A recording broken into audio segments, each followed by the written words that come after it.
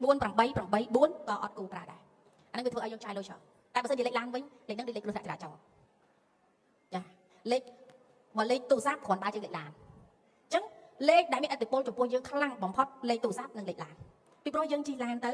ធ្វើដំណើរតាមផ្លូវជួនកាលយើងអត់បុកគេក៏គេបុកយើងដែរហ្នឹងហើយតែលេខទូរស័ព្ទគឺលេខដែលតំណាក់តំណងពីយើងទៅអតិថិជនរបស់យើងលេខឡានគឺយើងធ្វើដំណើរទៅជួបអតិថិជនអញ្ចឹងលេខដែលសំខាន់បំផុតគឺលេខឡាននិងលេខទូរស័ព្ទចេះលេខធនាគារក៏ល្អដែរចាទុកលុយសល់មិនសល់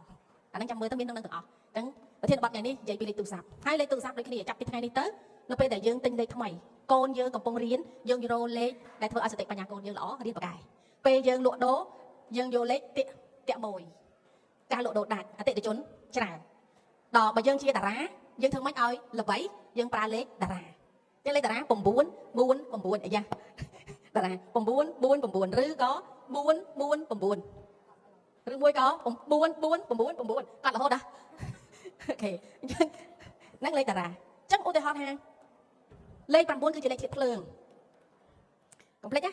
លេខធាតុភ្លើងវាពាក់ព័ន្ធនឹងក្បាលនេះរបស់យើងនេះសតិបញ្ញាដែលយើងគិតដើរទៅដល់កំពូលអញ្ចឹងតារាទៅការភាពល្បីល្បាញទៅការឲ្យគេមើលមក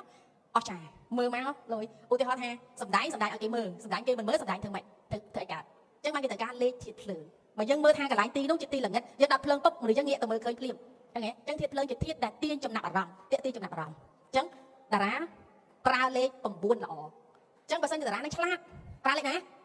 4 9ទៅទេហ្នឹងហើយអញ្ចឹង44 99ឬក៏9 4 9ឬមួយក៏44 9សុំទៅ9 49ក៏បានដែរប៉ុន្តែតំណមួយសម្រាប់អ្នកដែលប្រើលេខ9ច្រើនគេឲ្យសារធ្វើបុណ្យ